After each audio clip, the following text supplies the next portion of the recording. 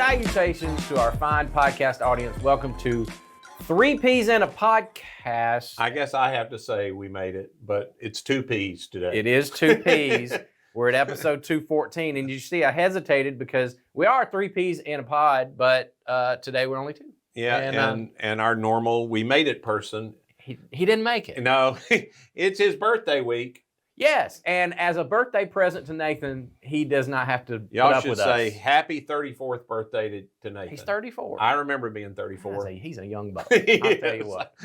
So as a birthday present, he gets to not put up with us. And but unfortunately, Nathan, Our good friend brought us food. yes, and we see, for those of you who've been with us for a long time on this podcast, we used to get presents of food all the time From our friend, That's right. Chef Michael, Chef Michael. at Good Food, Good Fuel, Mhm. who's part of Community Christian. Many of you probably don't know, but you sit next to a chef often in church. Mhm. He and his wife Tammy are part of our church and have been for a while. He brought us a dish today. And it looks amazing. Yeah, the presentation, which I think Charlie got a shot of. This is roasted spaghetti squash with Parmesan creamed kale and toasted sunflowers, which to me, and I'll just say, the smell has been intriguing to me since I walked into the room. It's I been want to awesome. taste it. So I think we should go ahead and do that. This by the way, this is a brand new recipe that will be available soon on Facebook and Instagram. We are the first people, and Charlie's also eating it, That's right. that have eaten this outside of his wife and family. Oh, I feel so special. So it's a new thing that he's been wanting to do, which is to make the vegetable itself I don't know what you call it, the vehicle, The presentation. part of the presentation. Everything is contained. Those of you who aren't watching, it is like a section of the spaghetti squash has been put like a cylinder here on the plate, and it's filled with all the good things. Man, And it's amazing. it's just had my really, first really, taste. really good. It's so great. I love spaghetti squash. Oh, Anyway, me too. it's so versatile. You can do all kinds of. I'm a cook at my house, and I have used it many, many times. But this is the best I've ever had. So now I'm going to say, for those of you who may not, think about vegetable stuff, I don't know what you guys think. I always think of spaghetti squash like it's a little noodle-like kind of. Yeah, kind of like pasta. But I'll say this, the way he's cooked it, It's crispy. it makes me think of hash browns. Yes. And it has a little crunch to it. Yeah, what do you think, Charlie? I like it. I like it too. I'm a kale guy. I also like kale a lot. And I love who couldn't love Parmesan? I mean, come on. Remind them how they find Chef Michael. He doesn't tell me that, but I would look for Good Food, Good Fuel on Facebook and Instagram. I know he also he used to do some live presentations where he would do cooking classes. And in this recipe, going to be on his. That's what he social- said. Brand new recipe Okay. will be available soon on Facebook and Instagram. All right. Michael's an amazing person. Yes, He and his wife Tammy were Yes. a part of the team that cooked for our Nest program, the Noonan Emergency Shelter. They provided food at least some of the time, along with a couple of other they're not professional chefs, but people that were nice enough to cook for our homeless visitors. So anyway, I'm going to eat this later, but we'll talk. And this may be shorter because I don't want that to get. Well, I was wondering if today's podcast is going to be a little shorter since we were minus one voice. Well, maybe. But we'll see. We'll see. It might mean you and I talk more. We'll pick up the slack. We'll see. But today's question comes, by the way, we have lots of questions that have rolled in over the past couple of weeks. Oh, really? Yes, we have. But they're real short and real to the point. Which, that's fine, but it's a little odd for us. Somebody in my style. I guess. They've heard you, Ed, and they're getting right to it. Just get right to They're it. getting right so to that the heart. so I don't lose focus. That's right, getting right to the heart of this. So we'll see how much you have to say about this, because we can go all kinds of ways with this question that starts us off in our little over the next few weeks. So here we go. Are you ready for the quick question? Let's do it. How much influence does Satan have in the world today, Ed? How much influence does Satan have? Well, he only has influence. I'll say that. So let's start with that. Good point. Okay, so only influence, not control. I was going to say, as opposed to having power. Yeah, he has, all power is granted to him. So he only has influence. So I think that's important because some people act like he is a powerful fellow. Well, like he's making us do things. Yeah, that's right. Yeah. He has influence. Mm-hmm. And his influence, I would imagine, is in the form of temptations. That's what I gather. Yeah. Because I know in the book of James, he says very clearly, look, God doesn't tempt anybody. Mm-hmm. Well, that's pretty much leaves the rest to Satan. Yeah. And he also says, I'm pretty sure this is James. I could look it up pretty quick, but he says, don't let anybody say when they're tempted by evil. All temptation comes from within you. Well, there you go. So inevitably, I would want to say to people when you talk about how much influence does he have? He has influence. There's no doubt there's a lot. In fact, he's called by Paul the prince of the power of the air. Yeah. So he has a lot of influence. I think a lot of influence, no control, a lot of influence. But the people he ultimately winds up influencing to do his bidding, the temptations came from within. Yeah. You know, it's a revealing that takes place. So I don't know who wrote this question. I don't know what they're trying to get at in this question. I don't know where they're maybe they're worried that Satan has a lot of influence on them. Yeah, maybe so. I don't know. And I will say, you know, I think there is a lot. I think all of us know what it's like to have been tempted. Anybody says there aren't, probably isn't. I mean, they're tempted to lie right then. There you go. That's right. All of us know what it's like to be influenced and tempted. But we also all know how to get out of that. With every temptation, there is a way out. That's right. And which then also speaks, I think, to what we call this influence or power that Satan has.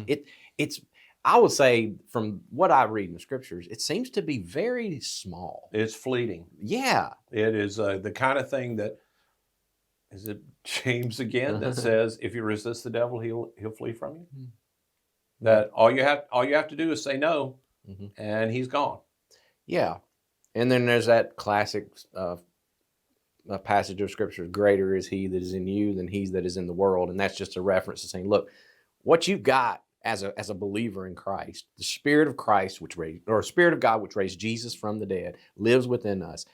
He that's in you is far more superior and greater than the power and influence, limited as it is, that Satan has in this world. So I'll just tell you the thing that it disturbs me many times, because I've talked to a lot of Christian brothers and sisters over the years about this issue.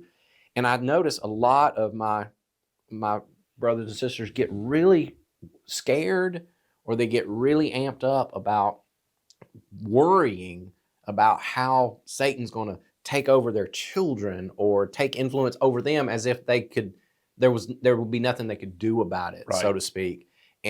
Or they find a spot in, the wider culture, maybe pop culture or something, where they would say, Satan's got a hold of this, or, Satan's in Hollywood or something like that. And it's like, Satan is in Hollywood. Well, yeah, and in Turin. Yes. Not in any different kind of way. But my point is that they get really afraid. And what I want to say to them all the time is, I'm like, is this posture that you have towards the Satan, is it consistent with the spirit that lives within you?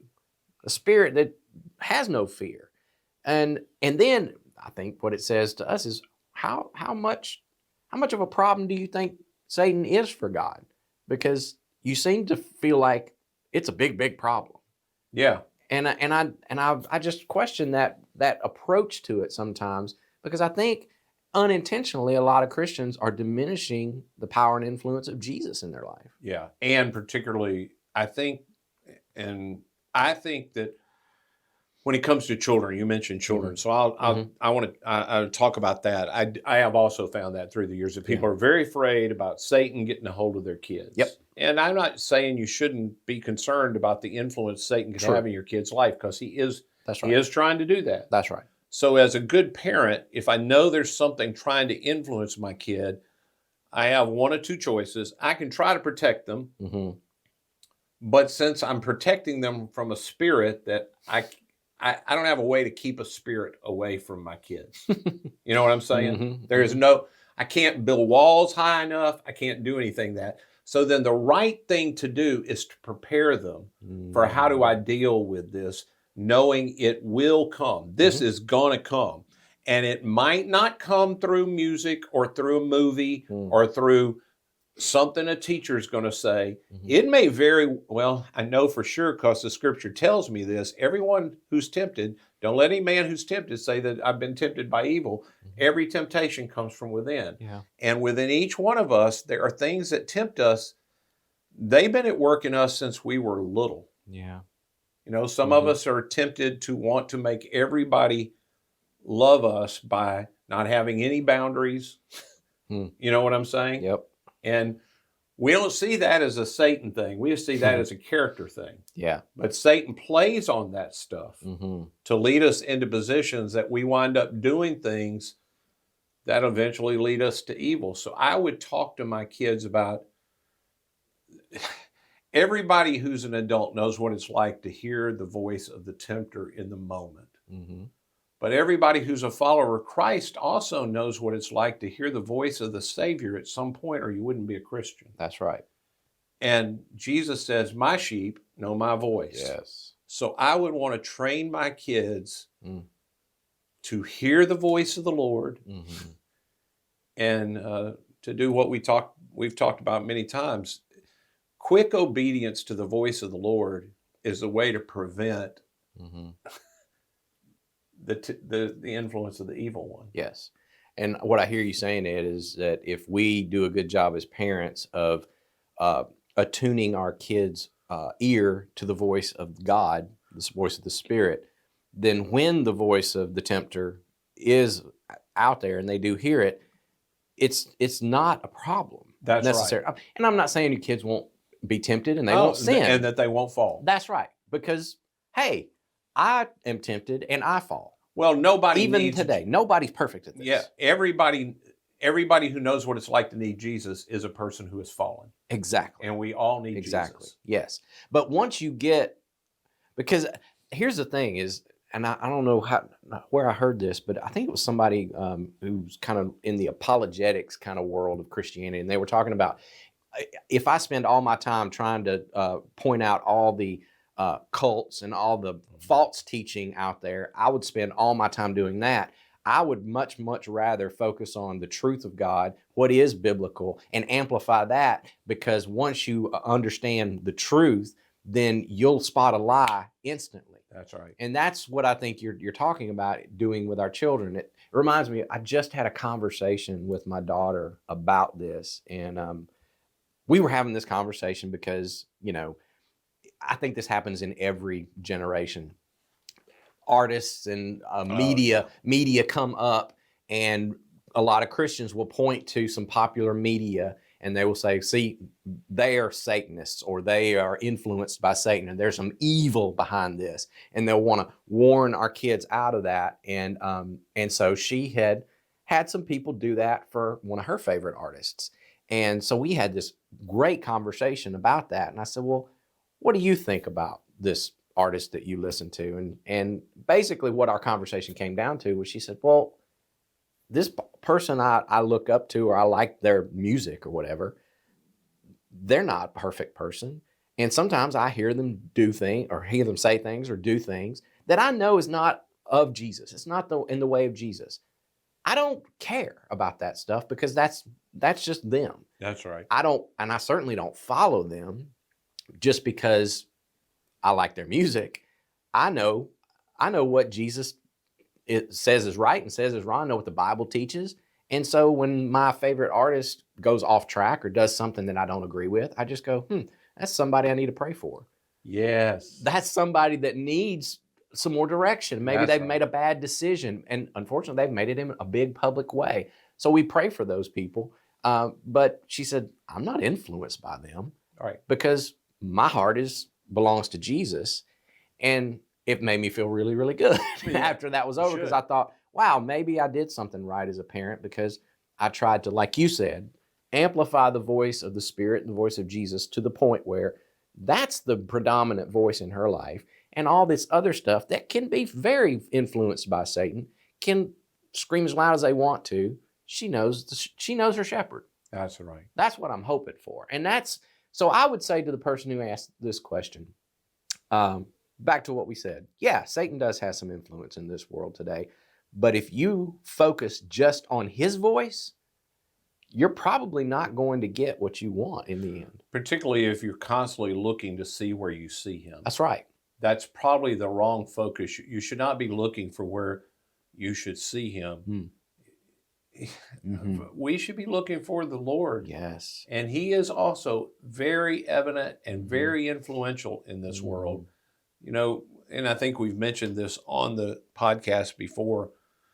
There's a parable of the kingdom where it says the kingdom will grow to a seed that all the birds of the air will come and nest in it. Well, a lot of times we don't realize not all birds were seen as godly birds in Israel. Some of them, you know what I'm saying? But Jesus says all the birds are going to have, because God sends his blessing on the just and the unjust. And I should be able to look and say, you know, there's some people that want, you know, there's some beautiful art in the world that when you know about the artist's life, you go, wow, I thought I saw a little glimpse of God in that, but that person is not a good person. Yeah. But God has a tendency to show up in the life of people. He could do that. It aren't necessarily the best of human beings. Absolutely. You know? And sometimes, you know, people that are exceptionally godly, and then all of a sudden you find out, oh, there was a flaw in their life. And a lot of people fall because of that. But your daughter had a better outlook of, hey, you know, we all mess up, and that's just a person I need to pray for. I shouldn't have probably been trying to follow them as closely as I was trying to hear the voice of the Spirit through them. And you remind me also of the parable of the wheat and the tares. I thought of that earlier. As you were talking, you know, Jesus said the world is going to be like a wheat field that's got weeds in it. And instead of the workers going out and saying, well, let's go pull up the weeds, Jesus says, no, we're going to let them grow together. Yeah. And that's the world we live in. We will be coexisting in this world with people and influences and, you know, all kinds of stuff that do not hold our same values. It's tough to tell them apart sometimes. Sometimes Absolutely. It's really tough to tell them apart. That's why I think it's just more important that we focus in on the shepherd's voice. We focus in on love as our primary vocation, and let him worry about pulling up all that stuff when the time comes. I mean, you know, I know a lot of people say, well, we got to take a stand against stuff. I'm all for that, but I'm not all for taking a stand against people. That's right. Taking a stand against stuff is a really good idea. Yeah. But taking a stand against a person who does a thing, that probably isn't what we're supposed to be about. Yeah. It gets us back to what we've talked about here as well, that our battle is not against flesh and blood. It's against spirits, Satan, his influence in the world. So absolutely we should point it out when we see it, and that's not the way of Jesus. And look over here, but I would much rather us amplify his voice, Jesus' voice, than to go on this search for, you know, a satanic influence under every rock. Well, because you're going to wind up, you wind up spending so much time looking for Satan. He doesn't have as much control as most of the people I find that are on Satan hunts all the time. It feels fear-based to me. It does. And I know for sure that the spirit that's in us is not a spirit of fear. And I had a professor years ago that would take, I think it's the path you quoted just a minute ago. He says, greater is he that's in us than he is in the world. I think the verses, and I may be mashing them up. He says before that, Satan's like a roaring lion seeking whom he may devour. Yep. I think those are they may not be the same passage, but he talked that still passage. In there. He took that passage and he would say to us, you'll notice that it does not say Satan is a devouring lion. He's just a roaring lion. And he's seeking. A roaring lion is trying to frighten you. Yeah. He often roars and paralyzes something. His primary weapon is division and fear. And when you begin to think about dividing people and getting people afraid, that's probably neither of those are works of God. No. And if he can get that done, well, he's done plenty. That's right. Right? Because now because we know this, fear can't exist with love. Right. You can't properly love a person if you're afraid either of what might happen or afraid of them themselves. Right. And so if he can keep you afraid, like you said, going on that hunt, trying to find a satanic something or behind every tree, then you are rendering yourself incapable of the way of Jesus. You can't love people. That's right. Because that's your primary focus. And so right there, if he can get that done, job done. Yeah. One of the things we were just talking about in our on mission groups was, in fact, the day that we're taping this is about, we're reading Luke 15 and about lost, and how about thinking about people that are lost. And I said in my letter, one of the things that I've noticed over the last few years for me, as I've been doing this walk that we're doing together, where we regularly are praying, Lord, help me see like you see and hear like you hear, so that I can do like you would do, is that I have found myself, and I didn't even notice this until just the last few months, and this is not my nature for 60-something years. This has not been my nature. So when it came apparent to me, I go, oh, that's a God thing. I am currently giving people the most generous explanations for their weird behaviors. That things that it would irritate me. And in the past, naturally, because I'm making up a story either way. Yep. I see a behavior. It does something to me. I've got to make up a story about why that happened. Yeah, if you don't know. If I don't know, and I'm not going to go over and confront them. And even the act of confronting them, that word itself says, I think something bad happened, and I've got to, in my whole life, I have made that a story that fueled my fire. What stoked me up, either to judge them, to dislike them, to be mad at them. And as I have begun to pray, Lord, help me see like you see, hear what you hear, so I can do what you do, I find myself just naturally going, well, you never know, such and such could happen. Exactly. And I probably acted like that when that happened to me. And I'll give them explanations for things that I just go, okay, well, you know what? I'm just going to pray for them. I can't do nothing. I'm just going to bless them. Lord, bless them. It looks like they're having a hard time. That has begun to flow naturally out of me, instead of the other side, which I used to see terrible things in people all the time. I think if we would stop looking for Satan so much, I have begun to see God in his work in people, that I don't think they know they're even doing God's work when they're doing it. Yes. And I that's what I wish Christians would get more about, instead of trying to blame stuff.